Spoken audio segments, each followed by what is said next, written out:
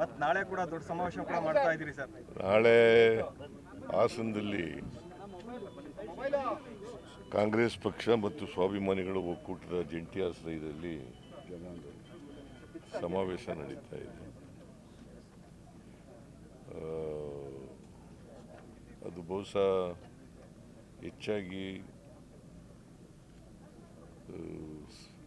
ಸ್ವಾಭಿಮಾನಿಗಳ ಒಕ್ಕೂಟದವರು ಜನ ಕರ್ಕೊಬರ್ತಕ್ಕಂಥ ಕೆಲಸವನ್ನು ಮಾಡ್ತಾರೆ.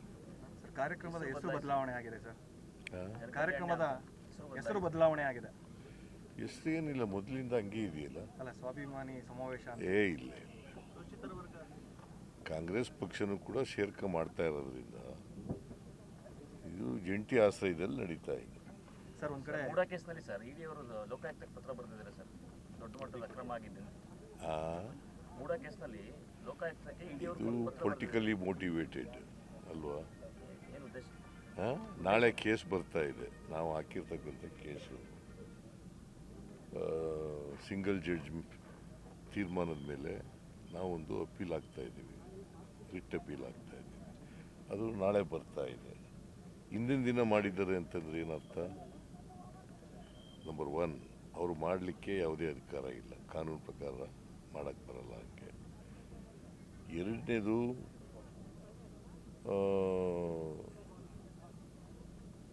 ಕೋರ್ಟ್ ಮೇಲೆ ಇನ್ಫ್ಲೂಯೆನ್ಸ್ ಮಾಡಲಿಕ್ಕೆ ಮಾಡಿರ್ತಕ್ಕಂಥ ಇದು ದಿಸ್ ಈಸ್ ಟೋಟಲಿ. ಆಮೇಲೆ ಚಾರ್ಜ್ ಶೀಟ್ ಎಂಕ್ವೈರಿ ಮಾಡ್ತಾ ಇದ್ದಾರೆ ಲೋಕಾಯುಕ್ತವರು. ಎಂಕ್ವೈರಿ ಮಾಡಿ ಅವರು ರಿಪೋರ್ಟ್ ಕೊಡಬೇಕು. ಅವ್ರ ಮೇಲೆ ಇನ್ಫ್ಲೂಯೆನ್ಸ್ ಆಗಲಿ ಅಂತೇಳಿ ಮಾಡಿದ್ದಾರೆ. ದಿಸ್ ಈಸ್ ಪ್ರಿಜುಡಿಷಿಯಲ್ ಆಗಲಿ ಅಂತೇಳಿ ಮಾಡಿರ್ತಕ್ಕಂಥದ್ದು. ಇಟ್ ಈಸ್ ರಾಜಕೀಯ ಪ್ರೇರಿತ, ರಾಜಕೀಯ ದುರುದ್ದೇಶದಿಂದ ಮಾಡಿರ್ತಕ್ಕಂಥದ್ದು. ಹಿಂಗೆ ಮಾಡಬೇಕು ಅಂತ ಡೈರೆಕ್ಷನ್ ಕೊಡ್ತೀರಾ ಸರ್? ತನಿಖೆ ಇದೇ ರೀತಿ ಹೋಗಬೇಕು ಅನ್ನುವಂತ ಏನಾದ್ರು ಡೈರೆಕ್ಷನ್? ನಾನು ಯಾರು ತನಿಖೆ ಮಾಡೋದು? ತನಿಖೆ ಮಾಡೋದು ಮಾಡಿ ನೋಡಪ್ಪ, ಇಡಿಯವರು ಅವ್ರಿಗೆ ಫಸ್ಟ್ ಆಫ್ ಆಲ್ ತನಿಖೆ ಮಾಡಲಿಕ್ಕೆ ಅಧಿಕಾರನೇ ಇಲ್ಲ. ಅಧಿಕಾರ ಮಾಡ್ತಾ ಇದ್ದಾರೆ. ಯಾಕಂತಂದರೆ ಗವರ್ನರ್ ಹೇಳಿರೋದೇನು? ತನಿಖೆ ಮಾಡಿ ಇದನ್ನು ಕೊಡಿ ಅಂತ, ಲೋಕಾಯುಕ್ತ ಪೊಲೀಸ್ನವ್ರು ಕೊಡಿ ಅಂತ. ಡಿಸ್ಟ್ರಿಕ್ಟ್ ಕೋರ್ಟ್ನವ್ರು ಏನಂತ ಹೇಳಿರೋದು?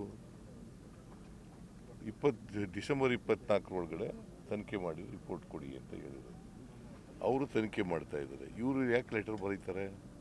What is their intention? It is deliberate ಅಲ್ಲ? ಅಲ್ವೇನ್ರಿ? ಡೆಲಿಬರೇಟ್ ಅಲ್ಲ? ದಿಸ್ ಈಸ್ ರಾಜಕೀಯ ದುರುದ್ದೇಶದಿಂದ ಮಾಡ್ತಾ ಇರ್ತಕ್ಕಂಥದ್ದು. ರಾಜಕೀಯವಾಗಿ ಅವರು ಈ ಕೇಸನ್ನು ಮಾಡ್ತಾ ಇದ್ದಾರೆ. ಇದರಲ್ಲಿ ಯಾವುದೇ ಸತ್ಯಾಂಶ ಇಲ್ಲ, ಗೊತ್ತಾಯ್ತಾ? ಅವ್ರು ತನಿಖೆ ಮಾಡ್ತಾ ಇದ್ದಾರೆ. Let them give the report independently. Why they have written a letter? They may share the information, but it doesn't mean that they should write a letter and it should be made open. ನಿಮಗೆಲ್ಲ PTIಗೆ release ಮಾಡೋದು ಅಥವಾ ನಿಮ್ಮ TV ಚಾನೆಲ್ಗಳಿಗೆ release ಮಾಡೋದು, there is no law like that. Information share ಮಾಡಬೇಕು ಅನ್ನೋಗಿದ್ರೆ ಬರೀ ಶೇರ್ ಮಾಡ್ಬೋದಾಗಿತ್ತು ಅಷ್ಟೇ. ಉದ್ದೇಶ ರಾಜಕೀಯ, ಉದ್ದೇಶ ಟೋಟಲಿ 100% ರಾಜಕೀಯ.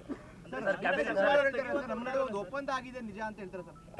ಅಧಿಕಾರಕ್ಕೆ ಬರೋಕೆ ಮುಂಚೆ ನಮ್ಮ ನಡುವೆ ಒಂದು ಒಪ್ಪಂದ ಆಗಿದೆ ಅಂತ DK ಶಿವಕುಮಾರ್ ಹೇಳಿದ್ದಾರೆ ಸರ್. ನೋಡಪ್ಪ, ಯಾವ ಒಪ್ಪಂದನೂ ಆಗಿಲ್ಲ. ಹೈಕಮಾಂಡು ಏನು ತೀರ್ಮಾನ ಮಾಡ್ತದೆ ಅದಂತ ನಡ್ಕೊಳ್ಳೋದು ನಾವು. ಇಲ್ಲ, ಸದ್ಯಕ್ಕಾಗಲ್ಲ. ರೀಸಫಲ್ ಯಾರು ಹೇಳಿದ್ರು? ನಾವು ಹೇಳಿದ್ದೀವ? ನಾನಲ್ವ, ನನ್ನ ಪ್ರೆರಗೇಟಿವ್ ಅಲ್ವಾ? ನಾನು ಹೇಳಿದ್ದೀನ? ನಾನು ಕೇಳ್ತಾ ಇದ್ದೀರಿ. ಇಲ್ಲ ಅಂತ ಹೇಳಿದ ಮೇಲೆ ಮುಗಿತಲ್ಲ. ಬೇರೆ ಹಿರಿಯ ಶಾಸಕರುಗಳೇ ಒಂದಷ್ಟು ಹೇಳ್ತಾ ಇದ್ದಾರೆ, ಅಂದ್ರೆ ನಮಗೂ ಕೂಡ ಈ ಸತಿ ಸಿಗುತ್ತೆ ಸಚಿವ ಸ್ಥಾನ. ನೋಡಪ್ಪ, ಯಾರು ಹೇಳ್ತಾರೆ ಅಂತಕ್ಕಂಥದ್ದು ಮುಖ್ಯ ಅಲ್ಲ. ಅಂತಿಮವಾಗಿ ಹೈಕಮಾಂಡ್ನವರು ನನಗೆ ಹೇಳಿ ಸೂಚಿಸಬೇಕು, ನಾನು ಅದನ್ನು ತೀರ್ಮಾನ ತಗೋಬೇಕು. ಹೈಕಮಾಂಡ್ನವ್ರು ಹೇಳಿಲ್ಲ, ನಾನು ತೀರ್ಮಾನ ತಗೊಳ್ಳಲ್ಲ. ನಂದಿನಿ ಬ್ರ್ಯಾಂಡ್ ಈಗಾಗಲೇ ಉದ್ಘಾಟನೆ ಮಾಡಿದ್ರು ಸರ್. ನೀವು ಕೂಡ ಹೋಗಿದ್ರಿ. ಆದ್ರೆ ಆ ಹಾಲು ಜನರಿಗೆ ಸಿಗಬಾರ್ದು ಅನ್ನೋ ನಿಟ್ಟಿನಲ್ಲಿ ಒಂದಷ್ಟು ಹುನ್ನಾರಗಳು ನಡೀತಾ ಇದೆ ಅಂತ. ಅಂದ್ರೆ ಬೇರೆ ಯಾರು? ಖಾಸಗಿ ಕಂಪನಿಗಳು ಆ ಹಾಲು ಜನರಿಗೆ ದೆಹಲಿಯಲ್ಲಿ ನಂದಿನಿ ಹಾಲು ಸಿಗಬಾರ್ದು ಅನ್ನೋ ನಿಟ್ಟಿನಲ್ಲಿ ಒಂದಷ್ಟು ಷಡ್ಯಂತ್ರ ಜಾಸ್ತಿ ಆಗಿದೆ ಸರ್ ಆಕ್ಚುಲಿ ಎಲ್ಲಿ? ಬೇಡಿಕೆ ಜಾಸ್ತಿ ಇದೆ ಆಕ್ಚುಲಿ ಇನ್ಫ್ಯಾಕ್ಟ್ ಡಿಮ್ಯಾಂಡ್ ಜಾಸ್ತಿ ಆಗಿದೆ ಅಲ್ಲಿ. ಕ್ವಾಲಿಟಿ ಇದೆ ಅಂತ ಹೇಳಿ ಕ್ವಾಲಿಟಿ ನಾವು ಹಸುನ ಹಾಲನ್ನೇ ಕೊಡ್ತಾ ಇದ್ದೀವಿ.